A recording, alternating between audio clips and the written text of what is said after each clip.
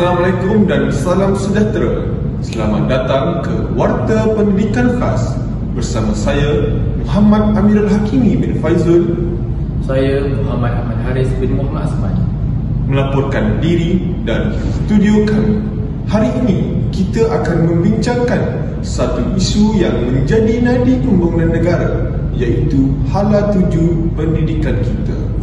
Menurut laporan Kementerian Pendidikan Malaysia, proses transformasi sistem pendidikan negara kita sedang dilaksanakan sejak tahun 2013 bagi memastikan kualiti pendidikan kita seiring dengan cabaran zaman.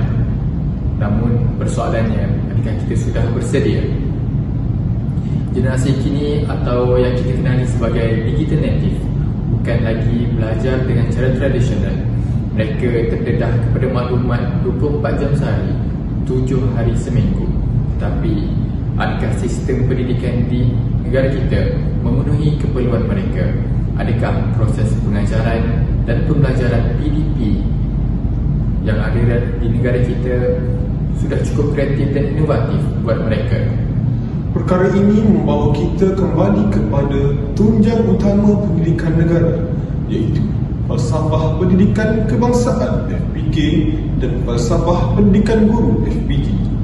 Kedua-dua falsafah ini bukan sekadar slogan, tetapi panduan untuk melahirkan individu yang seimbang dari segi jasmani, emosi, rohani dan intelek. Ia juga menekankan peranan guru sebagai pendidik yang berilmu, berwawasan dan berprofesional. Dalam laporan selama 1 jam ini, dalam video ini, kami akan membawa anda menelusuri perjalanan pendidikan di Malaysia. Kami akan menganalisis bagaimana perubahan ini tidak hanya meningkatkan kualiti pembelajaran tetapi juga membentuk generasi yang holistik dan seimbang. Jadi, inilah masanya untuk kita mengupas isu ini dengan lebih mendalam. Persoalannya, sejauh manakah dasar pendidikan negara kita mampu mencapai matlamat yang digariskan dalam falsafah pendidikan kebangsaan dan falsafah pendidikan guru? Untuk membicarakan isu ini secara langsung, kita telah menjemput seorang pakar yang tidak asing lagi dalam bidang pendidikan. Bersama kita di studio, Profesor Dr. Muhammad Ilham Fahmi, seorang ahli akademik dan penyelidik pendidikan. Bukan itu sahaja, kita juga menjemput guru inovatif, iaitu Muhammad Ahmad Haris dan Muhammad Amirul Hakimi yang telah berjaya mengintegrasikan falsafah ini dalam pengajaran seharian.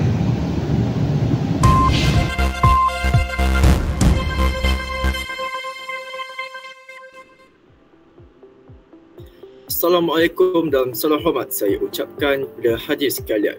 Saya Muhammad Aizat Adin selaku moderator anda pada hari ini dalam segmen perbincangan Warta Pendidikan Khas mengenai evolusi dasar pendidikan negara serta impaknya terhadap tunjang pendidikan kita, iaitu Falsafah Pendidikan Kebangsaan (FPK) dan Falsafah Pendidikan Guru (FPG).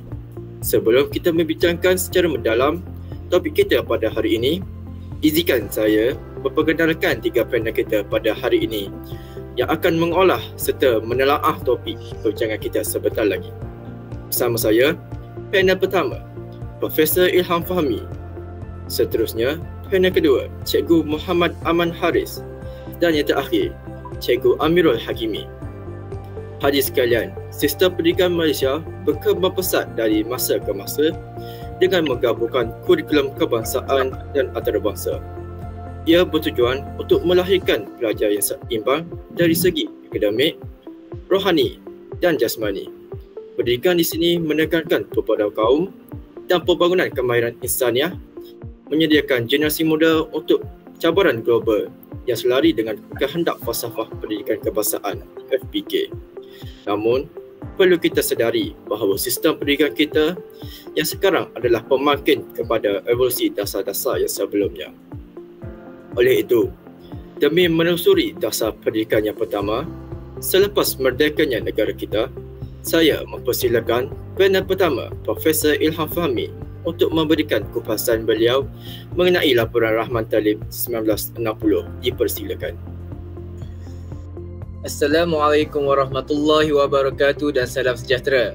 Terlebih dahulu saya ingin mengucapkan ribuan terima kasih kerana memberi peluang kepada saya untuk berkongsi tentang topik yang sangat penting dalam sejarah pendidikan di negara kita ini.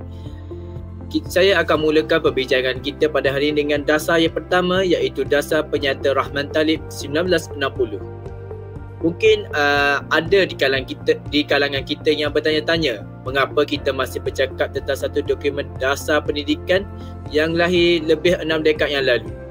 Jawapannya amatlah mudah sekali, iaitu kerana penyata ini bukan sekadar dokumen biasa, tetapi ia merupakan salah satu daripada tonggak utama bagi membentuk wajah pendidikan negara kita hingga ke hari ini. Kalau kita imbas kembali selepas kemerdekaan pada tahun 1957, Malaysia pada waktu itu baru sahaja menjadi sebuah negara merdeka. Negara kita berdepan dengan pelbagai cabaran yang besar, antaranya seperti yang kita tahu, iaitu masyarakat kita yang sangat majmuk dengan pelbagai kaum dan bangsa, jurang sosioekonomi yang sangat ketara, serta keperluan mendesak bagi membangunkan ekonomi negara. Oleh yang demikian, kerajaan pada ketika itu sedar bahawa melalui pendidikan ia menjadi kunci utama bagi menyatukan rakyat dan pada masa yang sama mampu menyediakan tenaga kerja bagi melaksanakan agenda pembangunan negara ketika itu. Sebelum wujudnya Penyata Rahman Talib, kita ada Penyata Razak 1996. Penyata Razak ini telah menjadi asas kepada sistem pendidikan kebangsaan di negara kita.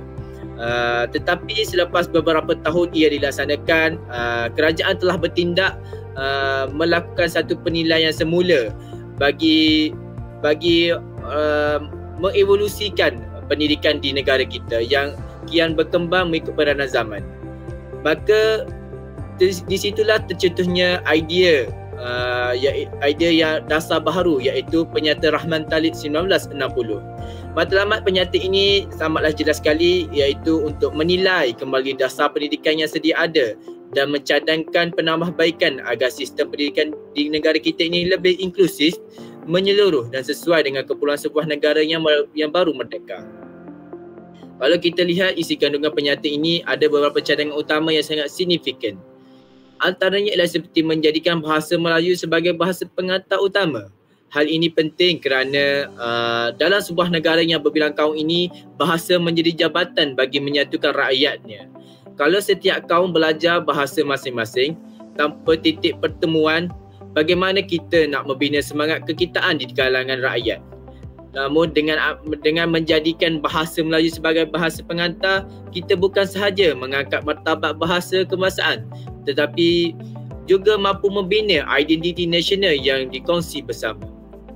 Seterusnya, cadangan yang diberikan melalui Penyata Rahman Talib ini, iaitu pendidikan moral dan agama. Dalam penyata ini jelas sekali murid Islam diwajibkan dan digalakkan untuk mengikuti pendidikan agama Islam, manakala murid yang bukan Islam pula diberikan pendidikan moral. Hal ini menunjukkan bahawa sejak dahulu lagi pendidikan di Malaysia ini bukan hanya menekankan soal ilmu akademik, tetapi juga menekankan pembinaan akhlak dan nilai murni. Kalau kita fikirkan, apa guna seorang itu bijak kalau akhlaknya runtuh? Sebab itulah penekanan kepada pendidikan agama dan moral ini sangat penting untuk melahirkan insan yang bukan sahaja cerdas akalnya, tetapi juga bersih hati dan akhlaknya. Cadangan terakhir iaitu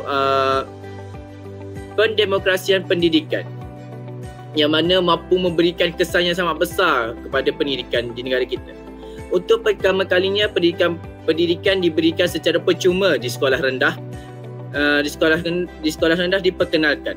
Peluang untuk ke sekolah menengah juga diperluaskan dan konsep kenaikan darjah secara automatik juga diperkenalkan bagi mengurangkan kadar keciciran rakyat pada ketika itu. Cuba kita semua bayangkan bahawa ketika itu keadaan masyarakat pada waktu itu ramai dalam kalangan kanak-kanak, seperti kanak-kanak terutamanya di kawasan kampung, iaitu anak petani, anak buruh, mungkin tidak berpeluang untuk belajar kalau pendidikan terus menjadi beban keuangan kepada mereka. Namun dengan adanya pendidikan percuma ini, peluang untuk mereka menimba ilmu itu dibuka kepada semua tanpa mengira latar belakang mereka. Jadi pendidikan akhirnya menjadi hak, bukan sekadar keistimewaan kepada orang yang berada ataupun orang yang kaya. Jadi seterusnya mari kita lihat bagaimana penyata Rahman Talib ini berkait rapat dengan falsafah pendidikan kebangsaan ataupun dikenali sebagai FPK. FPK ini ia amat menekankan pembangunan insan yang seimbang dan harmonis, terutamanya dari segi jasmani, rohani, emosi dan juga intelek, atau lebih dikenali sebagai Jerry. Kalau kita bandingkan, jelas sekali bahawa penyata Rahman Talib ini amatlah menyokong hasrat ini. Selain itu, pendidikan agama dan moral juga pendidikan agama dan moral juga mampu membangunkan aspek rohani dan emosi. Terutamanya apabila pendidikan akademik serta vocational pula memperkayakan intelek dan jasmani. Dengan ini, pelajar tidak hanya menjadi mesin peperiksaan tetapi menjadi insan yang seimbang dari berbagai sudut kehidupan. Bahasa Melayu yang sebagai bahasa pengantar utama pula menyokong aspek perpaduan kebangsaan, iaitu perkara yang ditekankan dalam FPK. Dengan adanya satu bahasa yang dikongsi bersama, murid dari pelbagai kaum dapat belajar dalam suasana yang sama. Seterusnya mewujudkan rasa kekitaan dalam kalangan mereka. Perdemokrasian pendidikan pula menunjukkan selari dengan prinsip FPK bahawa setiap insan berhak mendapatkan pendidikan tanpa mengira latar belakang mereka, sama ada kaya ataupun miskin.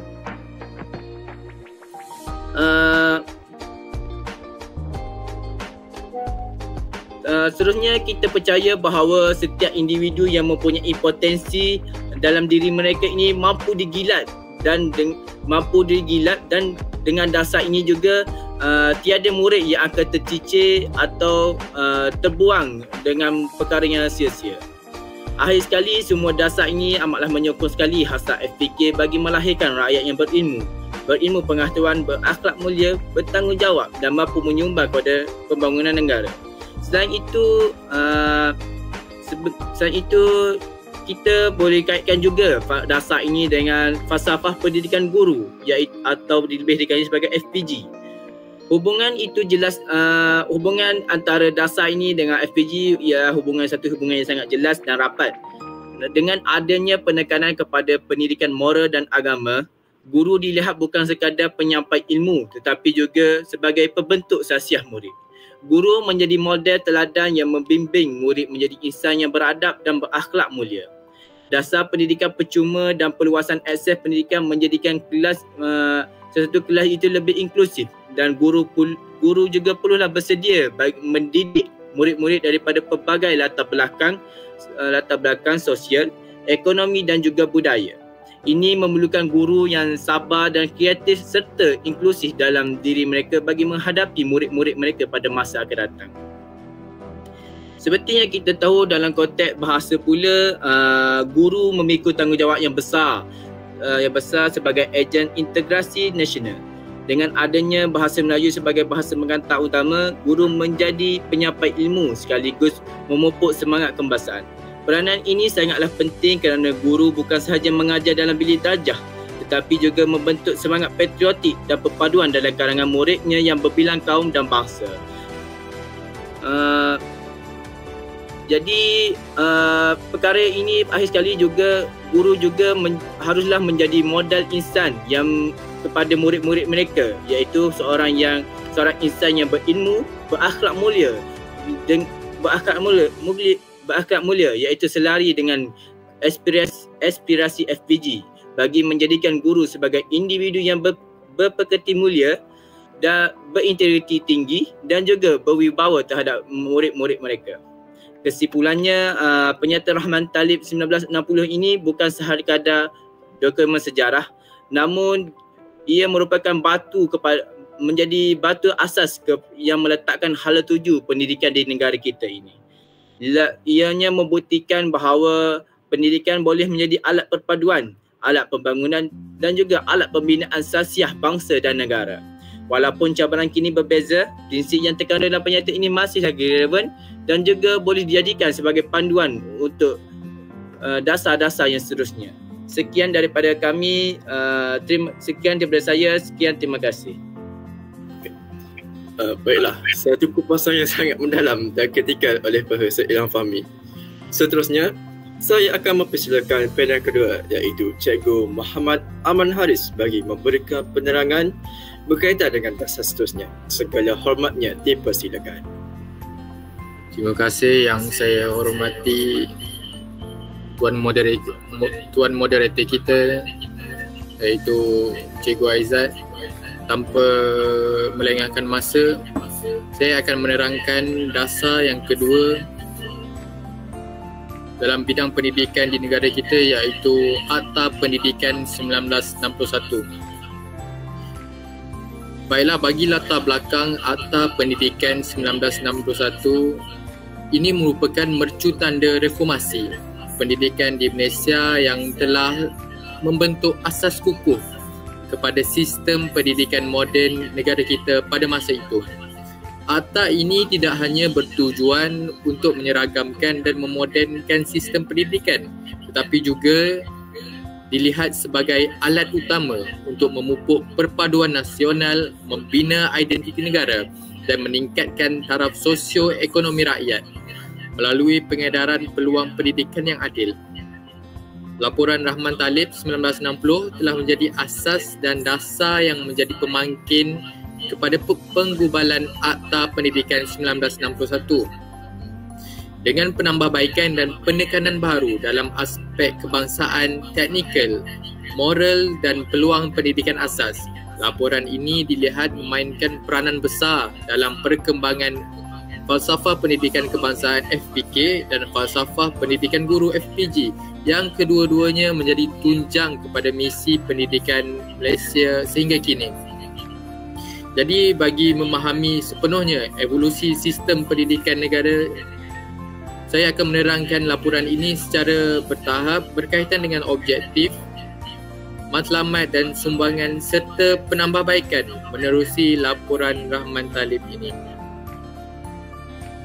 Jadi antara sumbangan terbesar yang ada dalam Akta Pendidikan 1961 ini, yang pertama adalah penyatuan sistem pendidikan, di mana sumbangan yang paling besar dalam Akta Pendidikan 1961 ini adalah dengan menyatukan sistem pendidikan yang terpisah sebelum ini di bawah satu undang-undang dan struktur takbir tunggal.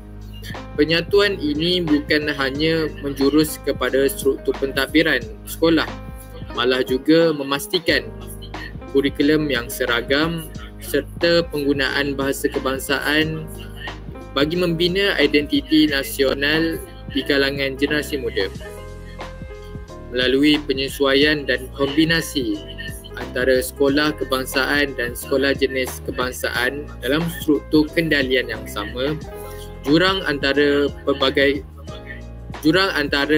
pelajar yang pelbagai kaum ini dapat dikurangkan, sekaligus memberi impak yang besar kepada usaha perpaduan nasional. Perkara ini juga membawa kemajuan jangka masa panjang dari segi kestabilan sosial, ekonomi dan negara, kerana masyarakat yang bersatu padu mudah membangun secara bersepadu ke arah matlamat nasional. Yang kedua adalah pengiktirafan bahasa Melayu sebagai bahasa pengantar. Melalui Akta Pendidikan 1961 ini, Akta ini telah memperkenalkan bahasa Melayu sebagai bahasa pengantar utama dalam sistem pendidikan. Ia memperkukuhkan peranan sebagai bahasa rasmi kebangsaan. Sekolah vernacular masih dibenarkan mengguna bahasa pengantar masing-masing, namun bahasa Melayu tetap subjek wajib, memastikan semua pelajar menguasai bahasa nasional ini. Jadi antara manfaat yang diperoleh melalui Akta ini adalah membina identiti nasional dan memperkasakan perpaduan negara yang majmuk. Seperti yang kita tahu, negara kita Malaysia adalah negara yang mempunyai kepelbagaian bangsa. Sebagai contohnya, kaum Melayu, India, Cina, Kadazan dan sebagainya. Jadi dengan melalui pengiktirafan bahasa Melayu ini dapat memupuk lagi perpaduan antara kaum. Seperti yang kita maklum, negara kita Malaysia mewarisi sistem sekolah vernacular yang diasaskan oleh penjajah. Namun dengan wujudnya Akta Pendidikan 1961 ini, kurikulum di semua sekolah di tanah Melayu telah dirombak supaya kandungan sains, matematik dan kemanusiaannya diajar dalam bahasa Melayu. Seterusnya, semua guru wajib menguasai bahasa Melayu ini. Manakala buku teks dicetak sepenuhnya dalam bahasa kebangsaan, iaitu bahasa Melayu. Selain itu, sekolah Cina dan Tamil diberi pengecualian terhad hanya untuk mata pelajaran bahasa, tetapi pelajar tetap diwajibkan mengikut kelas bahasa kebangsaan. Hasil daripada langkah ini, negara kita mampu menggalakkan interaksi sosial yang mampu merentas kaum kerana silibus dan aktiviti core kurikulum yang dijalankan dalam bahasa Melayu. Jadi antara sumbangan yang ketiga adalah pendidikan percuma dan wajib di setiap peringkat sekolah rendah. Sebelum Akta Pendidikan 1961, sekolah di tanah Melayu mengenakan yuran pendaftaran dan yuran tahunan. Ramai keluarga yang berpendapatan rendah mengelak daripada menghantar anak mereka ke sekolah kerana kos pemakaian, buku teks dan yuran yang amat tinggi. Pelbagai inisiatif negeri secara berasingan wujud, tetapi liputannya tidak seragam. Jadi melalui Akta Pendidikan 1961 ini telah mewajibkan pemerintah menyediakan pendidikan rendah secara percuma dan menjadikan kehadiran murid antara umur 7 hingga 12 tahun suatu kewajipan undang-undang. Impaknya, kadar pendaftaran murid selepas penggubalan akta ini meningkat sekitar 70% sehingga 100% dalam tempoh 2 dekad pelaksanaannya. Selain itu, kadar keciciran juga turut menurun secara drastis, terutamanya di kawasan luar bandar seperti di Sabah dan juga Sarawak. Jika kita melihat impak akta ini pada situasi pendidikan kini, boleh saya berikan contoh di pedalaman Pahang, pembinaan seksyen sekolah dengan asrama rancangan mutiara membolehkan kanak-kanak orang asli mengikuti kelas tanpa perlu berjalan puluhan kilometer, pulang dan pergi setiap hari. Seterusnya, kita lihat juga contoh seperti projek One Teacher School di Perlis sudah bermula pada awal 1970-an sehingga kini yang menyediakan guru dan sumber pengajar yang bergerak dari kampung kecil ke kampung yang kecil. Hal ini bagi memastikan murid tetap mendapat pendidikan rendah percuma walaupun populasinya kurang daripada 1,000 orang. Seterusnya, suka untuk saya kaitkan kesan akta ini dengan falsafah pendidikan kebangsaan. Jadi antara kesan akta ini terhadap FPK ini adalah dengan melalui akta ini kita dapat memartabatkan identiti nasional dan perpaduan. Melalui akta ini yang mewajibkan bahasa Melayu sebagai bahasa pengantar dan subjek teras, ianya selaras dengan FPK yang menekankan cinta akan negara dan semangat kebangsaan. Dengan silibus yang bersatu padu, pelajar dari semua etnik belajar dalam satu medium yang sama, memupuk interaksi merentas kaum dan menghargai warisan kebudayaan bersama. Ianya satu langkah yang proaktif bagi mengelakkan berlakunya kejadian hitam di negara kita. Seperti kita tahu peristiwa 13 Mei yang melibatkan rusuhan kaum di mana setiap kaum merusuh antara satu sama lain. Ianya merupakan satu situasi yang amat menakutkan dan perlu kita mengambil iktibar daripada situasi tersebut.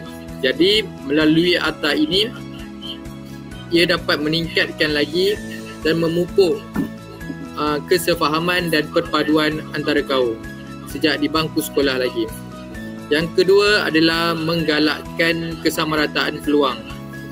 Dengan akta ini, pendidikan rendah, wajib dan percuma menjamin akses yang sama rata bagi setiap kanak-kanak.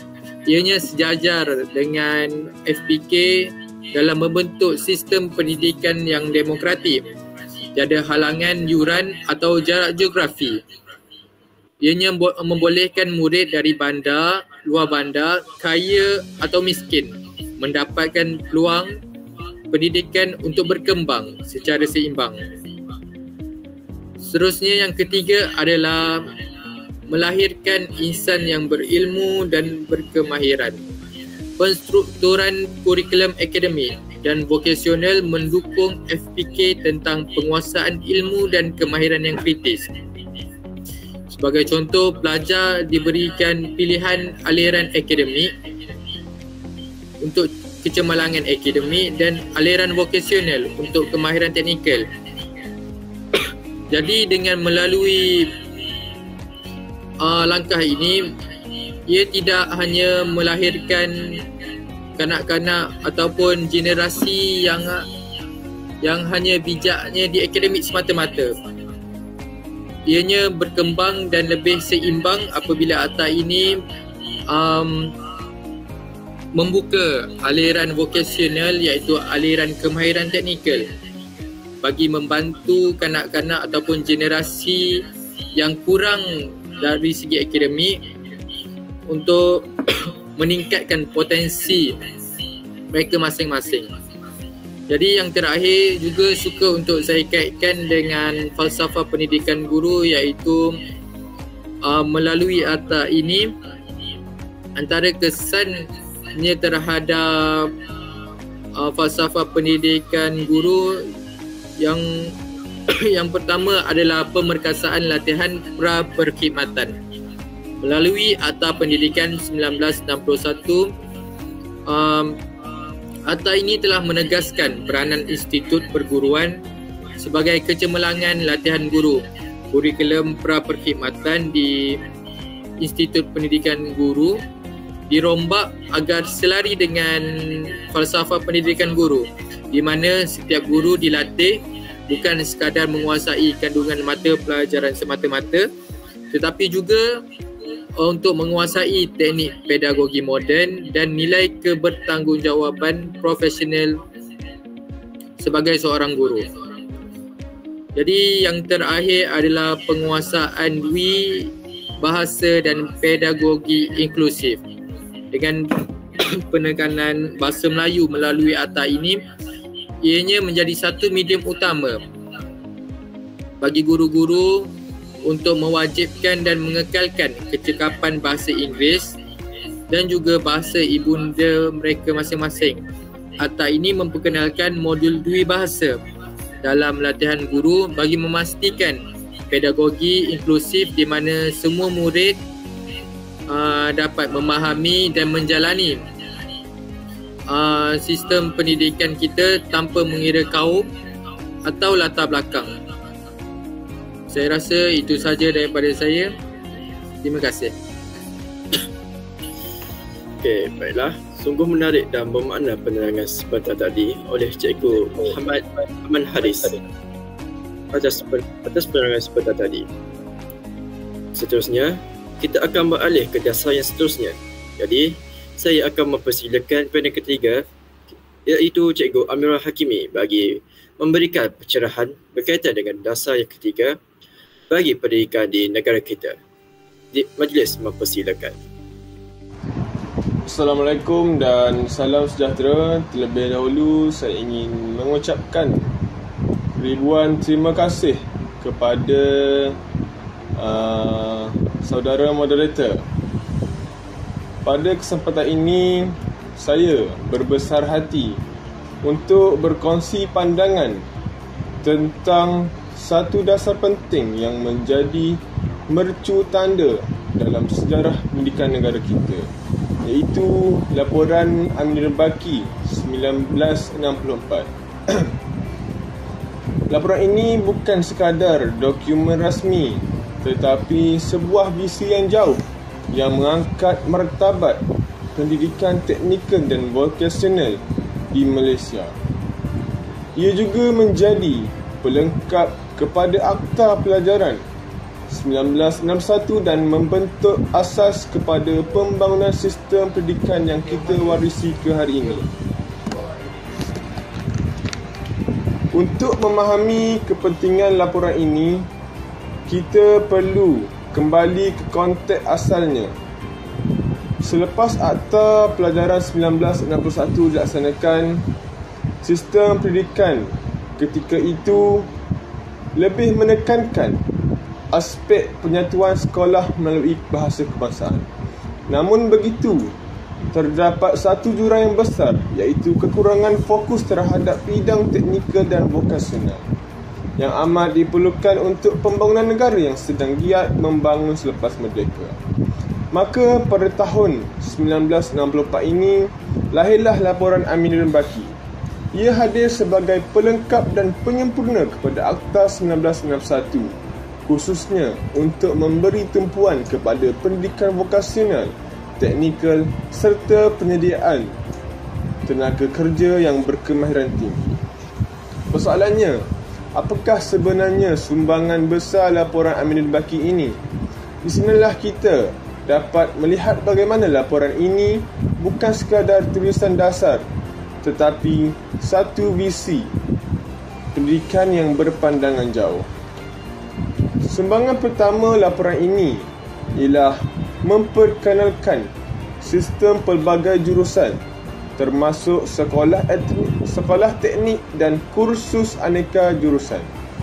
Dengan ini, pelajar tidak lagi terikat pada laluan akademik semata-mata, tetapi boleh memilih aliran yang sesuai dengan minat, bakat dan kebolehan mereka. Dasar ini amat sejajar dengan falsafah pendidikan kebangsaan yang menekankan pembangunan potensi individu secara menyeluruh.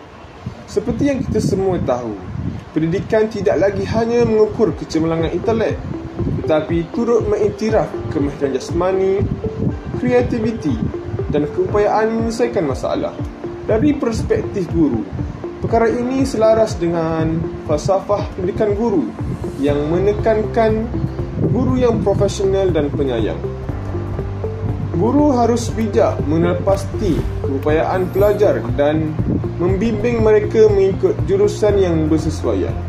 Pada hari ini, kita dapat lihat idea ini berkembang dalam bentuk kolej vokasional dan kolej komuniti. Institusi ini memberi laluan kepada pelajar yang ingin menonjolkan diri dalam bidang kemahiran seiring dengan keperluan industri masa kini. Hal ini secara langsung menyokong matlamat FPK yang ingin melahirkan warga negara yang berilmu, berketerampilan dan seimbang dalam pelbagai bidang kehidupan. Dari sisi falsafah pendidikan guru pula, guru digalakkan untuk lebih kreatif dalam strategi pengajaran agar setiap murid dapat dibimbing mengikut bakat semula jadi mereka. Bukan itu sahaja, laporan ini turut menekankan penyatuan sistem teknikal dan vokasional di bawah pengurusan Kementerian Pelajaran. Sebelum ini, bidang vokasional kadang-kala diuruskan oleh pelbagai kementerian yang menyebabkan kurangnya penyelarasan. Dengan penyatuan ini, peluang pendidikan lebih adil dan tersusun. Perkara ini membantu mencapai matlamat falsafah pendidikan kebangsaan untuk melahirkan insan yang seimbang dan harmoni dalam sistem yang inklusif. Guru juga mendapat manfaat kerana mereka kini dilatih dan diselia secara lebih seragam. Hal ini mampu meningkatkan profesionalisme guru yang selaras dengan hasrat falsafah pendidikan guru. Usaha ini juga membuka jalan kepada pembangunan TVET ataupun Technical and Vocational Education and Training yang kini menjadi agenda besar negara. Malah, ia juga turut ditekankan dalam Pelan Pembangunan Pendidikan Malaysia 2013 hingga 2025 sebagai teras pembangunan modal insan. Kesannya, matlamat falsafah pendidikan kebangsaan dalam membina perpaduan dan integrasi nasional dapat dicapai kerana semua murid berada dalam sistem pendidikan yang sama. Bagi guru pula, falsafah pendidikan guru menuntut mereka memainkan peranan sebagai pemimpin profesional yang konsisten dalam mendidik dan membimbing pelajar melalui satu sistem yang lebih seragam dan tersusun. Akhir sekali, laporan ini turut memberi penekanan kepada latihan guru. Laporan ini mencadangkan penumbuhan maktab-maktab teknik bagi melatih guru yang pakar dalam bidang vokasional. Dengan adanya guru yang berkemahiran tinggi ini, pelajar dapat dibimbing untuk mengembangkan potensi secara optimum, iaitu sejajar dengan hasrat falsafah pendidikan kebangsaan yang ingin melahirkan insan yang seimbang dari aspek intelek, rohani, emosi dan jasmani. Dasar ini jelas mendukung hasrat falsafah pendidikan guru yang mahu melahirkan guru yang profesional, berpengetahuan, berkemahiran dan beretika. Guru bukan sahaja mengajar tetapi menjadi contoh teladan dan fasilitator kemahiran hidup. Hari ini, usaha ini diteruskan melalui latihan guru TVET di Institut Pendidikan Guru IPG dan universiti-universiti yang lain.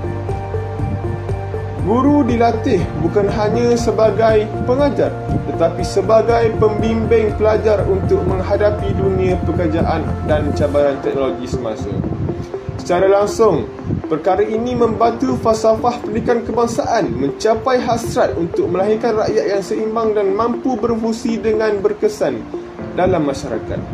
Dari perspektif falsafah pendidikan guru pula, ia memperkukuh imej guru sebagai insan yang teladan, penyayang dan kompeten dalam mendidik generasi yang berdaya tahan. Jika dibandingkan dengan Akta Pelajaran 1961, jelas sekali laporan Amin Limbaki ini adalah satu penambahbaikan yang strategik. Akta 1961 berjaya membentuk kerangka asas melalui penyatuan bangsa dan sistem sekolah, tetapi terlalu menekankan akademik. Laporan ini melengkapkan jurang ini dengan mengangkat pendidikan vokasional setaraf dengan akademik. Ia mengubah persepsi bahawa vokasional adalah pilihan kedua dan menegaskan bahawa kedua-dua aliran adalah sama penting untuk pembangunan negara. Dengan itu, laporan ini mendukung hasrat FPK untuk memberi peluang yang sama rata kepada semua pelajar serta mengangkat martabat guru vokasional sebagai tenaga profesional selaras dengan falsafah pendidikan guru. Jadi, jika kita lihat konteks pendidikan hari ini, asas yang dibina oleh laporan Amin Limbaki 1964 ini masih segar dan relevan dalam membentuk hala tuju negara. Penubuhan kolej vokasional, kolej komuniti dan politeknik misalnya merupakan kesinambungan daripada idea sistem pelbagai jurusan yang diperkenalkan dalam laporan tersebut. Malah, agenda pendidikan dan latihan teknikal dan vokasional ini menjadi fokus negara sebenarnya berakar daripada cadangan yang digariskan lebih 6 dekad lalu. Dalam era revolusi industri 4.0 ini, kepentingan pendidikan teknikal semakin menyelah kerana ia berperanan melahirkan tenaga kerja yang berkemahiran tinggi, inovatif dan berdaya tahan. Bidang otomasi, robotik dan kecerdasan buatan yang menjadi teras ekonomi baharu hanya dapat diisi oleh graduan yang dilahirkan melalui sistem pendidikan berasaskan TVET. Jelaslah bahawa semua perkembangan ini adalah hasil daripada landasan kukuh yang telah diletakkan oleh laporan Amin Limbaki 1964 sejak awal lagi.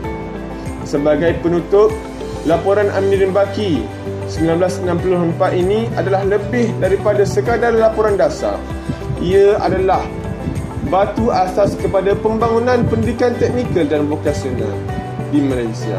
Sumbangannya ini bukan sahaja melengkapkan Akta Pelajaran 1961, tetapi juga membawa kita ke arah pencapaian falsafah pendidikan kebangsaan dan falsafah pendidikan guru.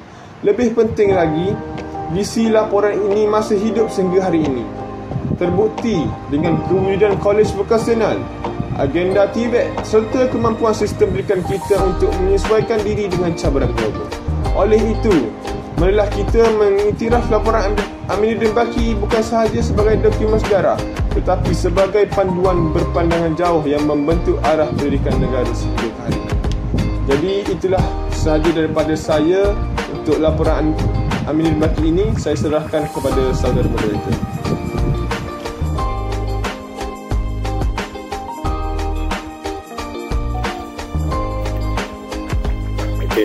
Satu pencerahan yang cukup mendalam dari Cikgu Amrul Hakimi untuk kita dengarkan dan hayati. Tanpa kita melengahkan masa lagi, kita bergerak ke dasar yang keempat, iaitu laporan Kabinet 1979. Saya mempersilakan panel pertama kita sekali lagi, iaitu Profesor Ilham Fahmi untuk memberikan pencerahannya. Dipersilakan. Terima kasih kepada Tuan Moderator. Jadi kita telah mendengar tiga dasar utama sistem pendidikan di negara kita. Sesungguhnya saya akan melanjutkan perbincangan kita kepada dasar yang seterusnya, iaitu dasar Laporan Jawatan Kuasa Kabinet 1979. Laporan ini lahir pada ketika sistem pendidikan di negara kita sedang berkembang pesat. Namun walau bagaimanapun negara kita masih lagi berdepan dengan pelbagai cabaran, termasuklah isu penyampaian murid, perpaduan kaum dan juga keperluan melahirkan tenaga kerja yang lebih berkualiti dan mahir. Justru kerajaan menubuhkan satu jawatan kuasa khas untuk menilai semula sistem pendidikan yang sedia ada dan mencadangkan penambahbaikannya. Hasilnya, laporan ini telah menjadi salah satu batu asas utama yang lebih banyak membantu wajah pendidikan di negara kita Malaysia pada hari ini. Antara cadangan utama yang diketengahkan dalam laporan ini adalah seperti penekanan kepada asas 3M, iaitu membaca, menulis dan juga mengira di peringkat sekolah rendah. Sekilas pandang mungkin ianya hanya kelihatan mudah, namun hakikatnya 3M inilah yang menjadi asas bagi menentukan kebersanan pembelajaran yang seterusnya. Sekiranya seorang murid ini tidak mampu membaca dengan baik, bagaimana mungkin mereka dapat memahami mata pelajaran seperti sains dan juga atau matematik? Maka penekanan 3M ini adalah langkah utama dan strategik bagi membasmi buta huruf dalam kalangan murid, serta memastikan semua murid ini mempunyai asas pembelajaran yang kukuh dan juga bermakna. Oleh itu, kita juga mengetahui bahawa bahasa Melayu ini pula telah seterusnya, iaitu bahasa Melayu juga telah diperkukuhkan sebagai bahasa pengantar dalam sistem pendidikan di negara kita ini. Walau bagaimanapun masih juga terdapat bahasa seperti bahasa Inggeris yang tetap dikekalkan sebagai bahasa kedua di negara kita. Pendekatan ini digunakan bagi pendekatan ini juga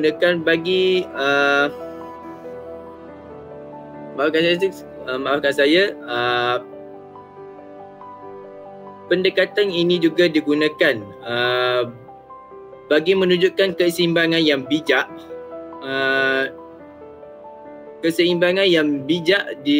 di mana di satu pihak kita mahu membina identiti nasional melalui bahasa kebangsaan, namun pada masa yang sama juga kita tidak mahu murid kita ketinggalan dalam persaingan global. Dengan itu, kedua-dua bahasa ini diberikan kedudukan yang sewajarnya untuk melahirkan pelajar yang bersaing di peringkat tempatan maupun antarabangsa. Selain itu, laporan ini juga menekankan pendidikan kerohanian, disiplin dan juga moral. Hal ini timbul daripada kesedaran bahawa pembangunan negara tidak hanya bergantung kepada tenaga kerja mahir, tetapi juga memerlukan warga negara yang berakhlak mulia, berdisiplin dan juga bertanggungjawab. sekolah tidak lagi dianggap sebagai sebagai tempat untuk menuntut ilmu sahaja, tetapi juga sebagai medan pembentukan nilai akhlak, etika dan juga sasiah murid sejak awal lagi. Hadirin yang dihormati sekalian, apabila kita meneliti cadangan laporan ini, kita akan dapati bahawa ianya mempunyai hubungan yang sangat rapat dengan falsafah pendidikan negara, pendidikan kebangsaan. Walaupun FPK hanya diperkenalkan secara rasmi pada tahun 1988, banyak asas yang terkandung dalam laporan Kabinet 1979 ini sebenarnya sudah mencerminkan roh FPK itu sendiri. Pertama, ialah seperti FPK ini menekankan keseimbangan dalam pembangunan insan dari segi jasmani, emosi, rohani dan juga intelek, iaitu jari. Dalam laporan kabinet ini, penekanan terhadap pendidikan kerohanian, disiplin dan kurikulum jelas memperlihatkan usaha ke arah melahirkan insan yang seimbang dan harmonis. Kedua, FPK juga menitik beratkan soal perpaduan nasional dengan menjadikan bahasa Melayu sebagai bahasa pengantar utama. Murid-murid dalam pelbagai kaum ini berkongsi pengalaman yang sama sekaligus melahirkan rasa kebersamaan serta memperkukuhkan identiti nasional. Yang seterusnya iaitu FPK juga meningkatkan pembangunan potensi individu. Dengan adanya laluan akademik ini, teknik dan vokasional pelajar diberi ruang untuk berkembang mengikut minat, bakat dan kemampuan masing-masing. Hal ini selari dengan prinsip FPK itu sendiri iaitu FPK percaya bahawa setiap insan ataupun murid ini mempunyai potensi untuk digilap dan terus diperkembangkan ke peringkat yang lebih tinggi.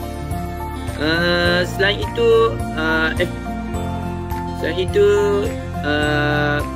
laporan kabinet ini juga mempunyai hubungan yang jelas dengan falsafah pendidikan guru, iaitu FPG.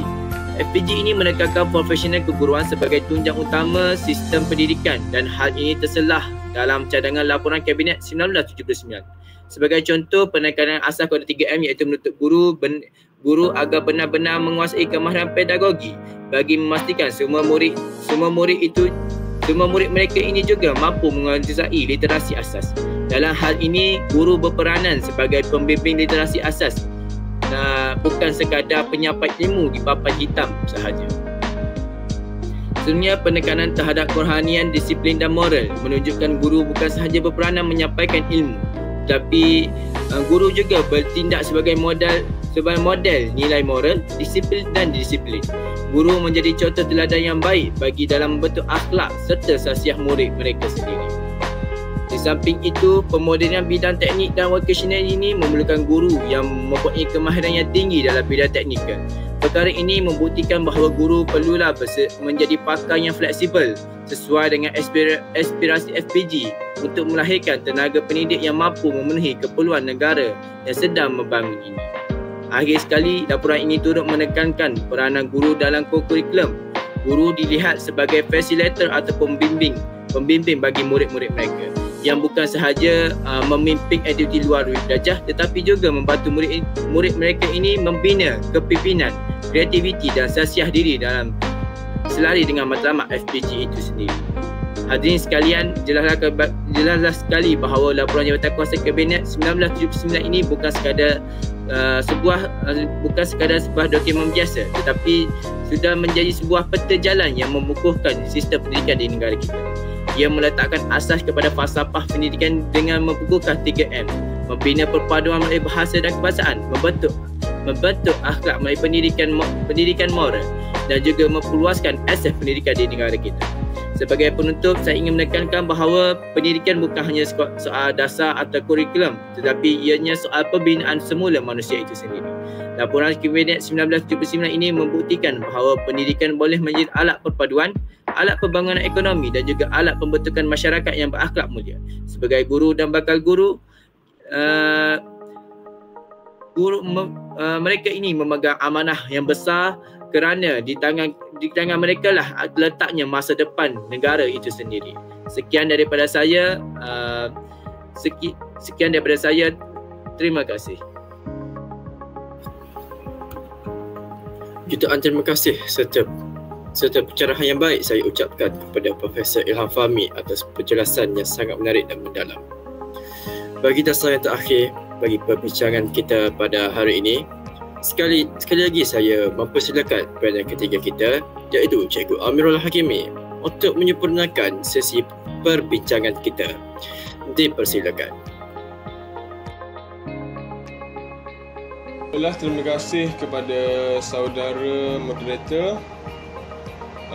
Setelah kita meneliti laporan pendidikan terdahulu, kini saya akan membicarakan tentang Akta Pendidikan 1996.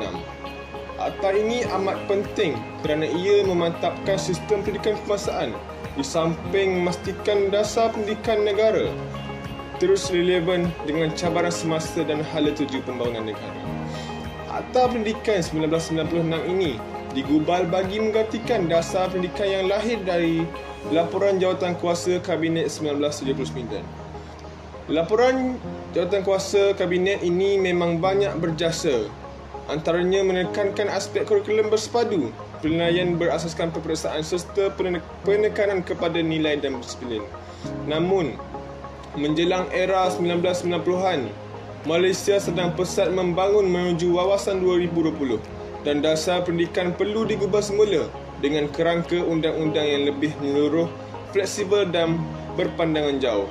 Oleh itu, Akta Pendidikan ini diperkenalkan sebagai satu kerangka utama yang merangkumi semua pendidikan, terutamanya dari peringkat prasekolah, rendah, menengah hinggalah ke pendidikan tinggi, dan menjadi dasar induk sistem pendidikan negara sehingga ke hari ini. Belas sumbangan pertama Akta ini ialah memastikan dasar pendidikan kebangsaan dilaksanakan berlandaskan falsafah pendidikan kebangsaan serta wawasan pembangunan negara, khususnya wawasan 2020 ketika itu. Dari segi falsafah pendidikan kebangsaan, Akta ini menegaskan matlamat melahirkan insan yang seimbang dari aspek intelek, rohani, emosi dan jasmani, selaras dengan aspirasi membentuk masyarakat yang maju dan bersatu. Malah, ia juga turut menekankan pembinaan warga negara yang berilmu pengetahuan, berketerampilan dan memiliki jati diri kebangsaan. Dari sudut falsafah pendidikan guru pula, Akta ini menuntut guru menjadi pendidik profesional yang mampu membimbing murid bukan sekadar mencapai kecemerlangan akademik, tetapi juga membina shahsiah mulia dan daya fikir kritis. Selain itu, guru juga dituntut untuk sentiasa bersedia menyesuaikan diri dengan perubahan zaman agar dapat mendidik generasi baharu menghadapi cabaran global. Dalam konteks masa, walaupun wawasan 2020 telah berlalu, semangatnya diteruskan dalam dasar pendidikan digital dan Pelan Pembangunan Pendidikan Malaysia 2017 hingga 2025 yang menekankan akses, kualiti dan equity pendidikan yang sesuai dengan cabaran pada abad ke-21. Bukan itu sahaja, Akta ini turut menekankan penetapan bahasa kebangsaan sebagai bahasa pengantar utama dalam sistem pendidikan. Langkah ini amat penting dan signifikan kerana ia memperkukuh perpaduan nasional dan membina identiti kebangsaan selaras dengan hasrat falsafah pendidikan kebangsaan yang ingin melahirkan warga negara yang tak setia dan bersatu padu. Ia juga mengukuhkan semangat kebangsaan yang menjadi asas integrasi sosial dalam masyarakat majmuk Malaysia. Dari perspektif falsafah pendidikan guru harus menjadi agen yang menguasai bahasa Melayu dengan baik sambil mengiktiraf kepelbagaian bahasa yang lain. Guru berperanan sebagai model linguistik yang bukan sahaja mengajar bahasa, tapi juga menyemai nilai kecintaan terhadap bahasa kebangsaan dalam kalangan murid. Walaupun cabaran ini datang daripada dominasi bahasa Inggeris dan bahasa asing di media sosial, dasar ini tetap mengekalkan bahasa Melayu sebagai asas penyatuan di samping memastikan murid menguasai bahasa global untuk bersaing di peringkat antarabangsa. Selain itu, Akta ini juga menekankan penyelarasan kurikulum kebangsaan dan peperiksaan yang sama di seluruh negara. Hal ini bagi menjamin keseragaman standard pendidikan tanpa mengira jenis sekolah. Dari segi falsafah pendidikan kebangsaan, ia menyumbang kepada pembangunan insan yang seimbang melalui kurikulum yang komprehensif yang memberi ruang kepada penguasaan ilmu, kemahiran dan nilai murni secara serentak. Ini juga memastikan pelajar dibentuk sebagai warga negara yang seimbang, bukan sekadar mengejar pencapaian akademik. Dari segi falsafah pendidikan guru pula, ia menuntut guru mengajar mengikut kurikulum kebangsaan yang standard, adil dan inklusif. Hal ini mengangkat peranan guru sebagai fasilitator yang memastikan setiap murid berpeluang mendapat ilmu yang sama tanpa diskriminasi. Realitinya dapat kita lihat melalui pelaksanaan kurikulum standard sekolah rendah KSSR dan kurikulum standard sekolah menengah KSSM yang menekankan kemahiran abad ke-21. Contohnya, kemahiran komunikasi, kolaborasi dan kreativiti kini menjadi fokus utama, bukan sekadar pencapaian akademik semata-mata.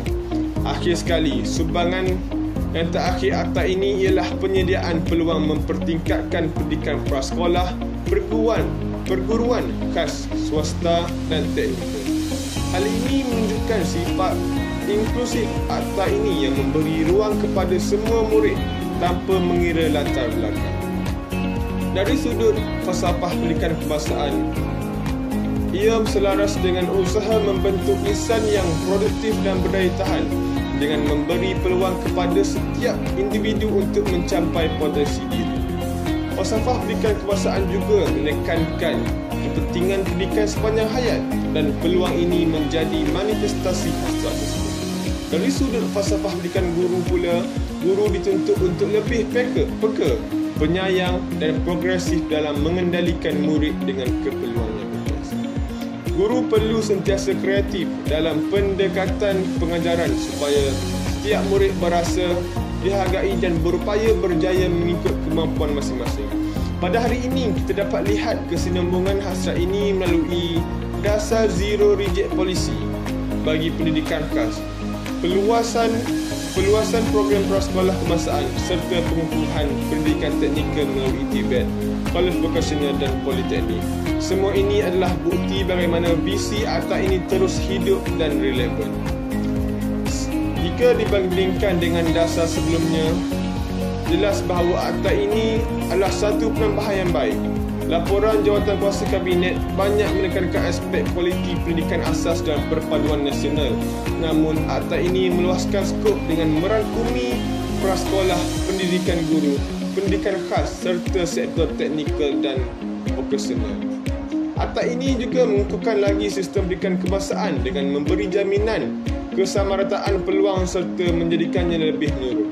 Justru, ia mendukung hasrat falsafah pendidikan kebangsaan untuk membina insan yang holistik di samping memperkukuh falsafah pendidikan guru yang menuntut guru menjadi profesional, beretika dan progresif. Jika kita melihat konteks pendidikan hari ini, asas yang dibina oleh akta ini masih segar dan relevan. Jadi sebagai penutup, Akta Pendidikan 1996 adalah lebih daripada sekadar perundangan. Ia adalah tonggak yang menyatukan dasar pendidikan negara di bawah satu kerangka yang komprehensif dan berpandangan jauh. Sumbangan akta ini bukan sahaja menyokong hasrat falsafah pendidikan kebangsaan, tetapi juga memperkukuh peranan guru seperti yang digariskan dalam falsafah pendidikan guru. Lebih penting lagi, visi akta ini masih hidup hingga ke hari ini. Terbuktinya dengan dasar-dasar baharu yang berlandaskan semangatnya. Oleh itu, marilah kita mengiktiraf Akta Pendidikan 1996 ini bukan sahaja sebagai dokumen undang-undang, tapi sebagai mercu tanda pendidikan negara yang terus memacu generasi Malaysia ke arah masa depan yang lebih gemilang. Jadi, saya rasa itu sahaja untuk Akta Pendidikan 1996 bagi saya. Saya serahkan sesi ini kepada moderator.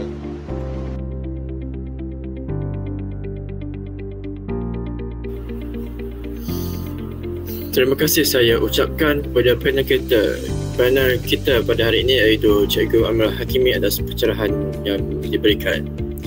Hadirin sekalian, dengan berakhirnya penerangan seperti tadi, maka tamatlah segmen perbincangan kita pada hari ini. Saya selaku moderator untuk perbincangan pada hari ini mengucapkan ribuan terima kasih kepada panel dan mohon maaf andai ada silap semasa bicaranya, semasa mengendalikan perbincangan kita pada hari ini. Hadirin sekalian, semoga berjumpa lagi. Salam hormat, salam pendidikan. Sekian, terima kasih. Assalamualaikum warahmatullahi wabarakatuh.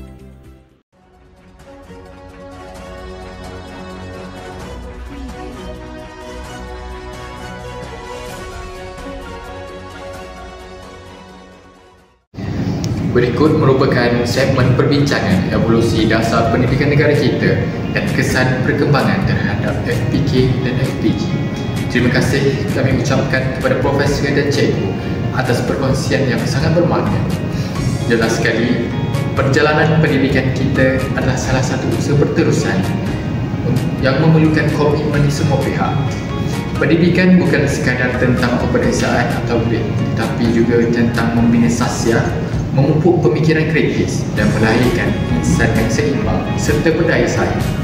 Falsafah pendidikan kebangsaan dan falsafah pendidikan guru menjadi kompas yang memastikan kita tidak tersesat dalam lautan cabaran masa kini. Dengan berakhirnya perbincangan ini, maka berakhirlah Warta Pendidikan khas untuk hari ini. Saya Muhammad Ahmad Haris bin Muhammad Asman mengucapkan terima kasih kerana sudi bersama kami. Semoga maklumat yang kami sampaikan dapat memberikan manfaat dan inspirasi kepada semua pihak. Sekian, salam hormat dan salam pendidikan.